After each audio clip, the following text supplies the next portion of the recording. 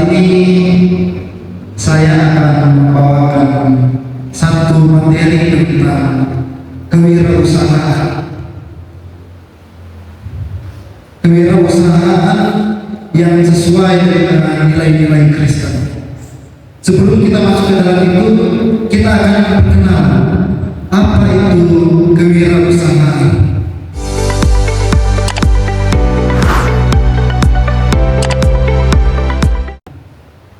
Kewirausahaan adalah kemampuan seseorang untuk melihat peluang, menciptakan ide, mengelola sumber daya, dan menghasilkan nilai dalam bentuk barang dan jasa. Mengapa wirausaha ini sangat penting?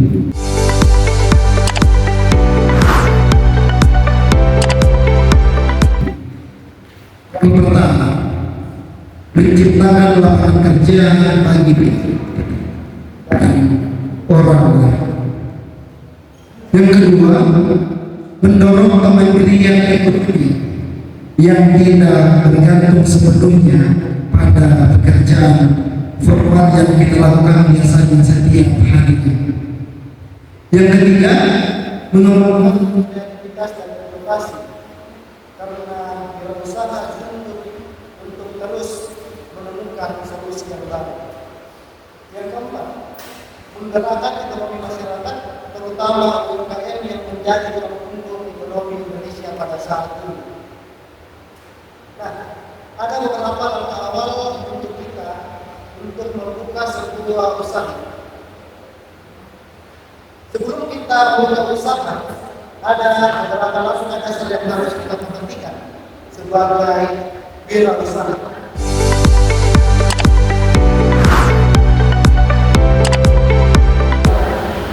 Yang pertama, menggali minat dan kemampuan diri.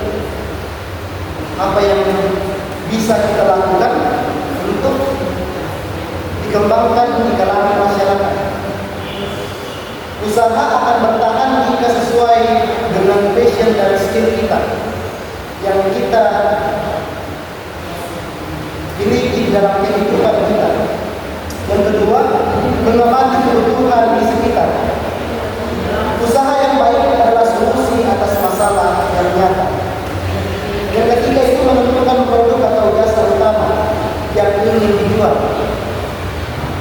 Sebelum kita memulai usaha, kita harus mengetahui dulu apa yang ingin kita jual atau yang ingin kita pasarkan kepada masyarakat. Yang kelima, membuat perencanaan sederhana termasuk target dan strategi penjualan. Kita akan menentukan ide dan peluang usaha yang akan kita lakukan apabila kita melakukan usaha.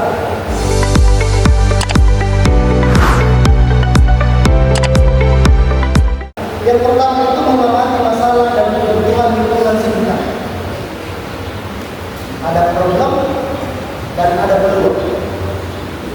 Yang kedua, mengikuti tren dan perkembangan pasar.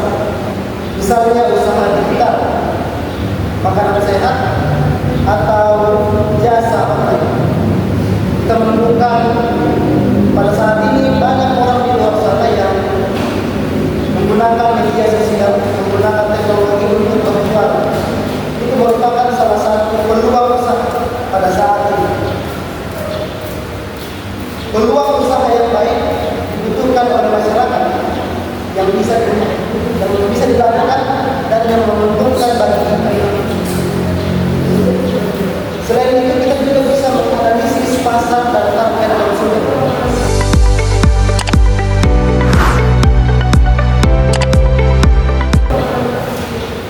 Analisis pasar membantu memastikan bahwa usaha yang direncanakan memiliki pembeli, meliputi siapa target konsumen. Kita mengetahui usia, pekerjaan, pendapatan, dan gaya hidup sekarang ini. Apa kebutuhannya, siapa pesaingnya, bagaimana solusi usaha Anda.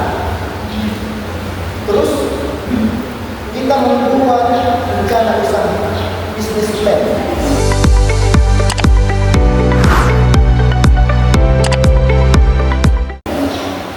Rencana usaha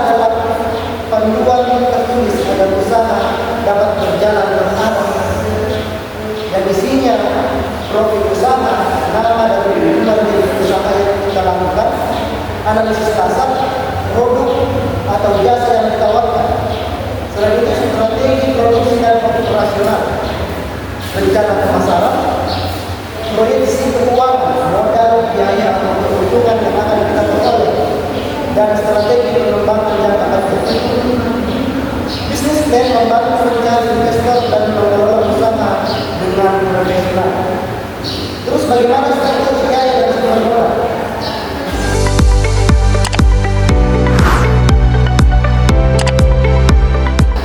Struktur biaya meliputi biaya tetap, biaya variabel, dan biaya tak terduga. Biaya tetap itu meliputi sewa tempat, listrik dasar, dan karyawan tetap. Biaya variabel bahan baku, ongkos produksi, kemasan, dan komisi penjualan. Biaya tak terduga itu meliputi kerusakan barang, review atau promosi ekstra atau promosi besar-besar. Sumber modal bisa berasal dari modal kita sendiri atau tabungan-tabungan yang telah kita tabung selama ini. Bisa juga berasal dari keluarga atau teman, bisa juga berasal dari pinjaman bank, atau bisa juga berasal dari kelompok usaha bersama atau koperasi, atau investor atau mitra kerja. Kuncinya memulai dari modal kecil tetapi dikelola dengan efektif dan efisien. Terus bagaimana strategi pemasaran?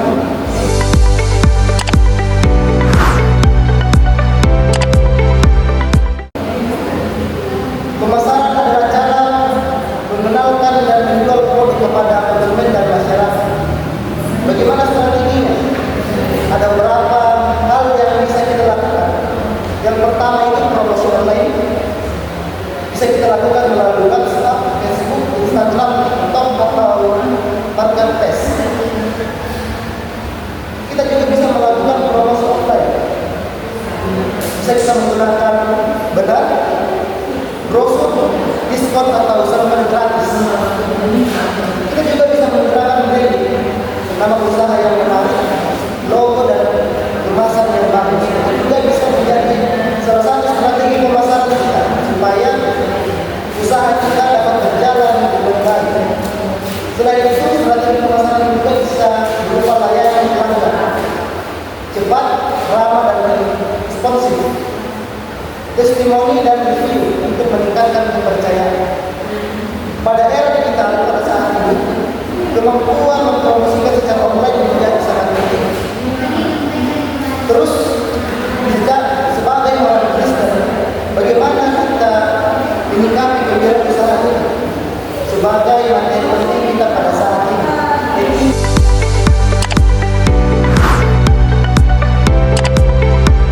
Etika dan tanggung jawab wirausaha Kristen. Dalam konteks iman Kristen, wirausaha bukan hanya mencari keuntungan, tetapi juga mencari kejujuran dalam harga, kualitas, dan pelayanan. Yang kedua, mengutamakan keadilan dan tidak menipu konsumen. Yang ketiga, memberkati orang lain melalui usaha, di mana kita bisa mempekerjakan orang, menolong masyarakat. Selain itu, kita juga bisa bertanggung jawab secara sosial.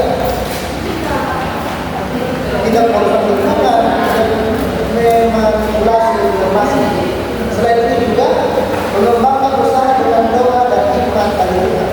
Ada beberapa ayat-ayat itu yang boleh kita ambil dalam etika dan tanggung jawab wirausaha.